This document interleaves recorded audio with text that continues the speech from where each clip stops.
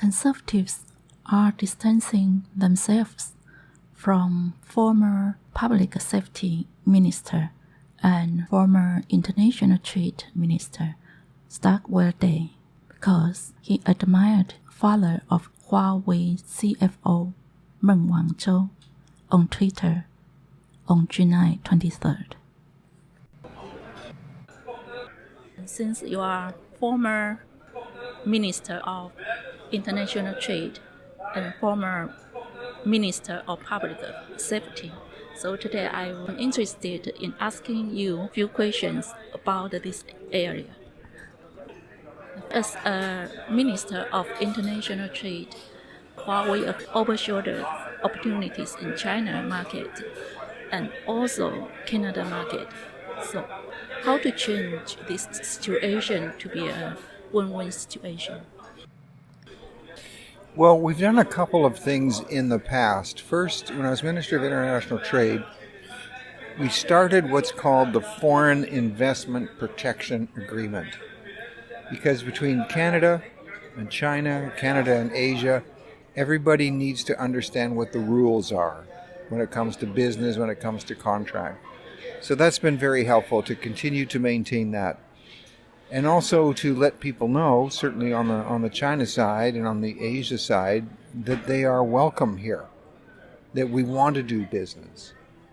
We have a lot of opportunity in agriculture, a lot of opportunity in natural resources, oil and gas, pharmaceuticals. There's some great bridges of trade that we can work within, and establishing that common base of understanding of what the laws are will greatly encourage people to trade. Conservatives ask Caesars to investigate John McCallum. So what's your opinion? Well, they want to find out if anything inappropriate was done. Canadians need to not go to other countries to ask them to get involved in our elections. John McCallum says he didn't do that. The Conservatives want to find out what he said, so they've asked CSIS, and we'll see what happens. CSIS kept data on Canadians illegally for 10 years before, and when you are in power. So how can you warn us about Huawei? Well, Huawei has been doing business in Canada for many years, and we take the position that equipment can be looked at, it can be analyzed to make sure that the equipment itself is secure. And once you do that, you've established that the equipment is secure, then they should be like any other company and be allowed to trade. We have the capability and the facilities within Canada to test the equipment of any company to make sure it can be trusted. And Huawei's equipment has proven that it can be trusted.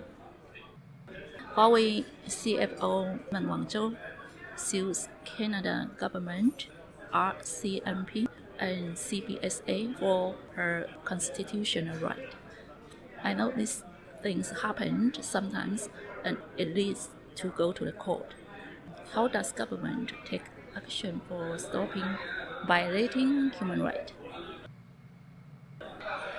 That's what's in front of the courts right now. We don't know what the judge is going to rule.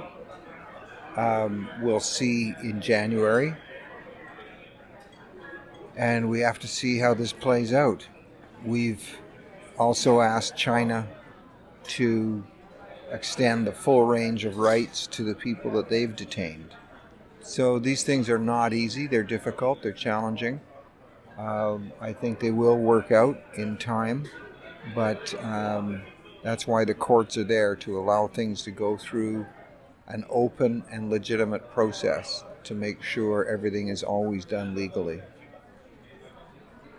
And now CSIS still is illegally monitoring this and opposing to the pipeline and sharing this information with National Energy Board and petroleum industry companies.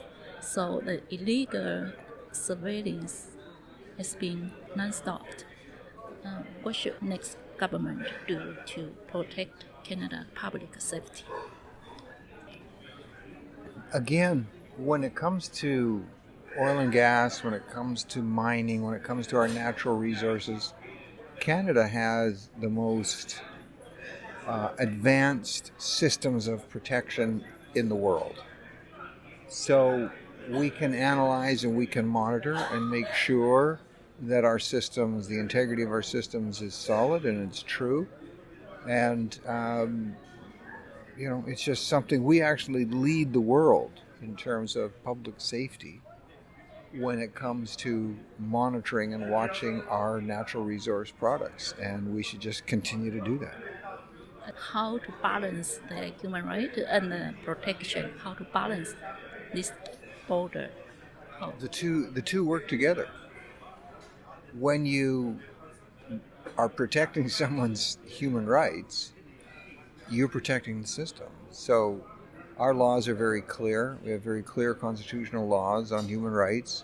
And if someone feels those rights are threatened, then they can take that to court. And Canada, again, is